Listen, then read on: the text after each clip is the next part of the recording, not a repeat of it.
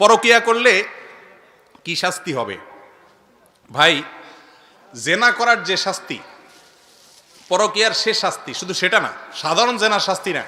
কে পরকিয়া করলে, জেনায় লিপ্ত হলে, বিবাহিত মানুষ, নারী হোক আর পুরুষ হোক, ইসলামী শরীয়তের বিধান হলো রজম দিয়ে তার মৃত্যুদণ্ড কার্যকর করতে হবে। ভালো করে শুনেন, জেনার মতো একটা অপরাধে মৃত্যুদণ্ড, তাও রজমের মাধ্যমে, এত কঠিন শাস্তির কথা আল্লাহ তাআলা যে বলেছেন, এখান থেকে বোঝা যায় বিবাহিত মানুষের জেনায় লিপ্ত হওয়া, হারাম সম্পর্ক করা, পরকিয়া তলে তলে হারাম সম্পর্ক করা, এটা কত ডেঞ্জারাস।